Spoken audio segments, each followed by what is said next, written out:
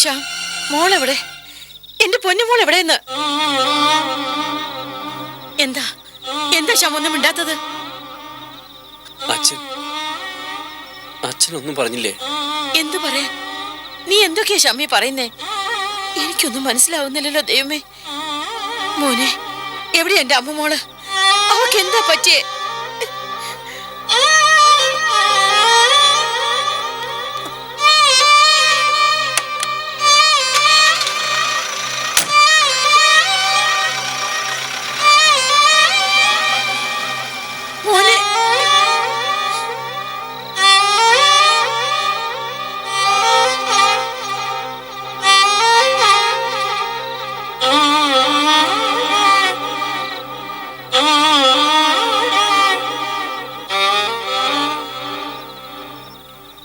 മോനെ, എന്റെ ശരീരം തളരുന്നത് പോലെ ഉണ്ടായത് എന്തായാലും ഒന്ന് പറ.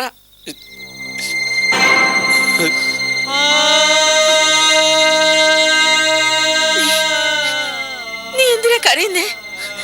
നിന്റെ കണ്ണെന്തിനാ നിറയുന്നേ?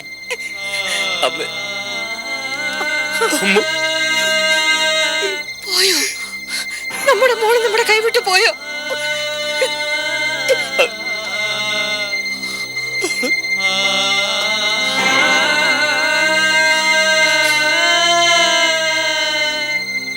അതെങ്ങനെയാ? ഒക്കെ അനുകൂലമായിരുന്നിട്ടും അവളെങ്ങനെ കൈവിട്ടു പോവുക? എനിക്കൊന്നും മനസ്സിലാവുന്നില്ല.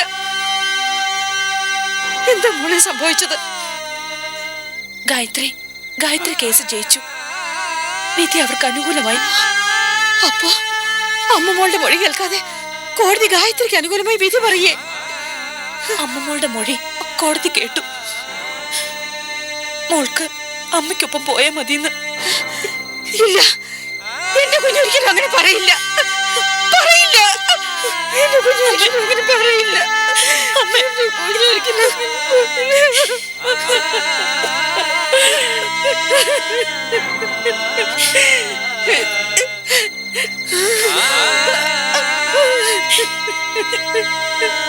അമ്മ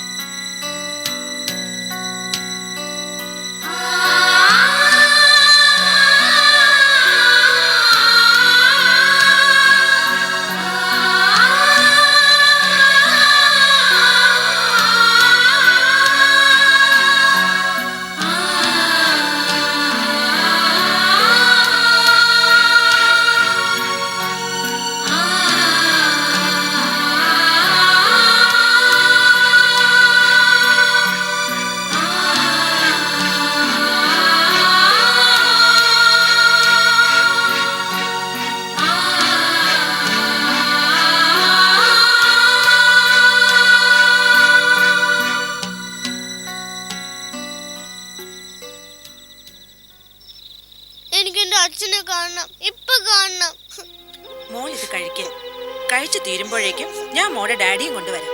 എന്താ? വേണ്ട, അച്ഛനെ കണ്ടതിന് ശേഷം മോൾ എന്തേലും കഴിക്കൂ. അമ്മോ, മര്യാദയ്ക്ക് കഴിക്കാനാ പറഞ്ഞത്. വേണ്ട, അങ്ങോട്ട് കഴിക്കടി. എനിക്ക് വേണ്ട. അത്രക്കായോ? അച്ഛനെ കാണണം. അവിടെ കടാ. മമ്മി, എന്നിട്ട് ഡാഡി ഡാഡിന്ന് വിളിച്ചുകൊണ്ട് പട്ടിണി കിടന്ന് ചാക്. മമ്മി, വാതിൽ തുറക്കൂ മമ്മി. എനിക്ക് അച്ഛനെ കാണണം. മമ്മി, നിക്ക് മമ്മി. വാതിൽ തുറക്ക്. എനിക്ക് അച്ഛനെ കാണണം. അച്ഛനോട് പോണം. മമ്മി, വാതിൽ തുറക്ക് മമ്മി. മമ്മി, എനിക്ക്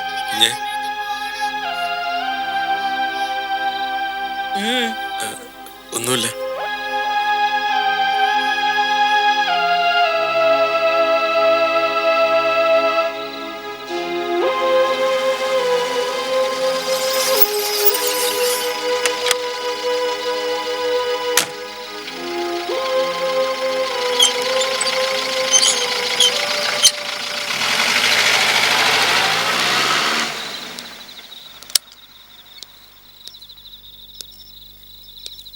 കാത്തിരുന്ന് മനുഷ്യന്റെ കണ്ണ് കഴിച്ചു. എന്താണാവോ വരാൻ വൈകിയത്? ഞാൻ ഹോസ്പിറ്റലായിരുന്നു. മെന്റൽ ഹോസ്പിറ്റലിലാണോ അതോ? ജയം നിന്റെ കൂടെ തന്നെയാ. പ്രതീക്ഷിക്കാത്തത് നീ നേടി. ഇനിയെങ്കിലും മറ്റുള്ളവരോട് അല്പം സിമ്പതി. താനൊരു സ്ത്രീയാണെന്ന് സ്വയം വിശ്വസിപ്പിക്കാനെങ്കിലും അല്പം കരുണ. കരുണയും ദയയും. അതും ആരോട്? എന്റെ മകളെ മുൻനിർത്തി എന്നെ വെല്ലുവിളിച്ചവനോട്, എന്നെ പല ആവർത്തി അപമാനിച്ചവനോട്. തെറ്റുപറ്റിപ്പോയി, അത് 100 വട്ടം സമ്മതിക്കുന്നു. പക്ഷേ ഇപ്പൊ ആ മനുഷ്യന്റെ അവസ്ഥ തീർത്തും ദയനീയോ. മരണത്തിനും ജീവിതത്തിനും ഇടയിൽ കിടന്ന് നീർ തീരുകയാണ് ആ പാവം. ഇങ്ങനെ പോയാ അധികം താമസിയാതെ മകളുടെ വിയോഗം അച്ഛനെ ഒരു മനോരോഗിയാക്കും. അത് ഞാൻ മുന്നിൽ കണ്ട സത്യമാണ്. പലപ്പോഴും തന്നോടും ആ ചത്തു ജീവിക്കുന്ന ശവത്തോട് ഓർമ്മിപ്പിച്ചതാണ്. അപ്പോഴൊക്കെ പുച്ഛമായിരുന്നു. മകളുടെ മുന്നിൽ തോൽവി സമ്മതിച്ച് തലകുമ്പിട്ടിറങ്ങുന്ന ഗായത്രിയുടെ മുഖമായിരുന്നു എല്ലാവരുടെ മനസ്സിൽ. ഞാൻ ഒറ്റയാന്റെ ജന്മമാടോ? മതം പൊട്ടിയ ഒറ്റയാന്റെ ജന്മം. ഒരു കടലിരമ്പി വന്നാലും എന്റെ മുന്നിൽ മുട്ടുമടക്കും. അത് നന്നായി അറിയാമായിരുന്നിട്ടും എന്നെ വെല്ലുവിളിക്കാൻ ശ്രമിച്ചതാ. തനിക്ക് അവനും പറ്റിയ അബദ്ധം. എന്തും പറയാം, മനസ്സിൽ തോന്നുന്നത് എന്തും ഒക്കെ കേട്ട് നിന്നിട്ട് അമ്മമ്മോട് അച്ഛന് വേണ്ടി യാചിക്കാനല്ലാതെ മറുത്തൊരക്ഷരം പറയാൻ എനിക്കാവില്ല. കോടതി വിധി എതിരായപ്പോ അമ്മമ്മോളെയും കൊണ്ട് നീ കാറിൽ കയറി പോയപ്പോ തളർന്നു വീണതാ. അമ്മമ്മോളെ കാണാതെ, അവളെ മടക്കി കിട്ടാതെ ഇനി അയാൾ നോർമൽ ആവില്ല. എന്നുവെച്ചാ ജീവിതകാലം അത്രയും ഒരു മുഴിഭ്രാന്തനെ പോലെ അല്ലേ? പ്ലീസ് ഗായത്രി, മുറിവിൽ കുത്തി നോവിച്ച് രസിക്കാൻ ശ്രമിക്കരുത്. നിന്റെ വാശിക്ക് കുറച്ചെങ്കിലും അയവ് വന്നെങ്കിൽ നീ എനിക്കൊപ്പം അമ്മമ്മോളെ ഒന്ന് വിട്ടതാ. എന്തിന്? ശ്യാമിന്റെ വീട് വരെ ഒന്ന് കൊണ്ടുപോകാൻ. അവളെ കണ്ടു കഴിയുമ്പോ എല്ലാവർക്കും ഒരു ആശ്വാസമാവും. അവരുടെ ആശ്വാസം എന്റെ വേദനയാണ്. എന്തിനാ അവരൊക്കെ എന്റെ മോളെ കാണണം? ഇന്നല്ലെങ്കിൽ നാളെ അവിടെ ഒരു ഉണ്ണി പിറക്കില്ലേ? ഭാര്യയാണെന്നും അല്ലെന്നും പറഞ്ഞ് അവിടെ കടിച്ചു തൂങ്ങി നിൽക്കുന്ന ഒരാളില്ലേ? ആ കുഞ്ഞിനെ കണ്ട് ശേഷിച്ച കാലം എല്ലാവരും സന്തോഷിക്കട്ടെ. ഒരച്ഛൻ മാത്രമല്ല, മുത്തശ്ശനും മുത്തശ്ശിയും ഒക്കെ ഒരുപോലെ പ്രാർത്ഥിക്കുക. ആ പ്രാർത്ഥനയുടെ തീവ്രത എത്രമാത്രം ഉണ്ടെന്ന് ഈശ്വരന് മാത്രമേ അറിയൂ. തിരിച്ചടി കിട്ടിയ അത് ജീവിതകാലം മുഴുവൻ പേറേണ്ടി വരും. ഡോക്ടർ ശ്യാമോഹനെ കുടുംബത്തെ തകർത്തെറിഞ്ഞിട്ട് അതിന്റെ പാരിതോഷികമായി ദൈവം തിരികെ തരുന്ന ശിക്ഷ എന്തായാലും ഞാനത് 2 കൈ നീട്ടി സ്വീകരിക്കും. ശത്രുവിന്റെ മുന്നിൽ പരാജയം സമ്മതിക്കുന്നത് മരണത്തേക്കാൾ കഷ്ടമാണ്. എന്നാ ശത്രു പരാജയപ്പെട്ട ശേഷം മരണം സംഭവിച്ചാൽ അത് സുഖകരമായ ഒരു അനുഭൂതിയാണ്. അതുകൊണ്ട് ദൈവം എന്നെ കൊല്ലുന്നെങ്കിൽ അങ്ങ് കൊല്ലട്ടെ എന്ന്. ഹലോ, എങ്ങോട്ടാ? എനിക്ക് അമ്മമ്മോളെ ഒന്ന് കാണണം. പറ്റില്ല. അവളുടെ മുഖം അവളുടെ അമ്മ മാത്രം കണ്ടാ മതി. ഈ നാട്ടിൽ നിന്ന് പോകുന്നവരെ മുറിയിൽ അടച്ചിടും ഞാൻ അവളെ. ഗായത്രി, നീ കാണിക്കുന്നതൊക്കെ സ്റ്റോപ്പ് ഇറ്റ്. ഇതെന്റെ വീട്. അകത്ത് കിടക്കുന്നത് എന്റെ മോള്. അവളുടെ മേൽ അവകാശം എനിക്ക് മാത്രം. വെറുതെ വാശി പിടിക്കരുത്. അവളെ കാണാനും ശ്രമിക്കരുത്. വാതിൽ തുറക്ക്.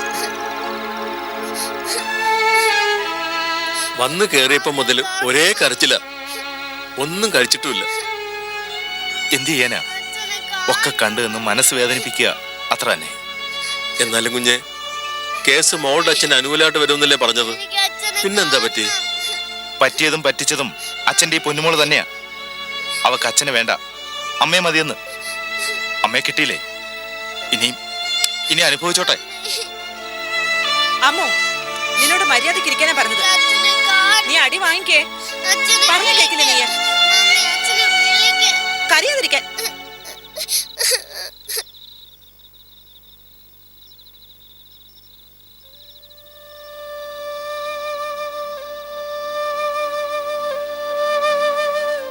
പറയായിരുന്നില്ലേ?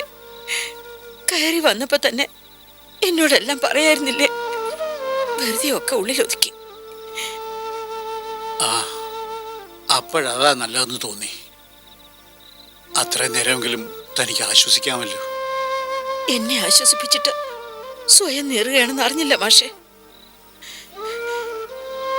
ഇനി നമ്മൾ എന്ത് ചെയ്യും? നമ്മുടെ മോളെ കാണാൻ നമ്മൾ എന്ത് ചെയ്യും? ഒരു രൂപവുമില്ല. കോടതിയും ജഡ്ജിയൊന്നും നമ്മുടെ അനീതി കാട്ടിയിട്ടില്ല. ഒക്കെ ചെയ്തു കൂട്ടിയിരിക്കുന്നത് അമിതമായി വിശ്വസിച്ചിരുന്ന സ്വന്തം ചോര തന്നെയാണ്. അതുകൊണ്ട് മോളെ തിരികെ കൊണ്ടുവരാൻ ശ്രമിക്കുന്നതിന് പകരം അവരുടെ വേർപാട് കൊണ്ട് പ്രജ്ഞ നഷ്ടപ്പെട്ട നമ്മുടെ മോനെ സാധാരണ ജീവിതത്തിലേക്ക് കൊണ്ടുവരാൻ ശ്രമിക്കുക. അവന് ശാന്തിയും സമാധാനവും നൽകാൻ ശ്രമിക്കുക. അമ്മമോളില്ലാതെ ഈ ജന്മം അവന് ശാന്തി സമാധാനവും കിട്ടുമോ?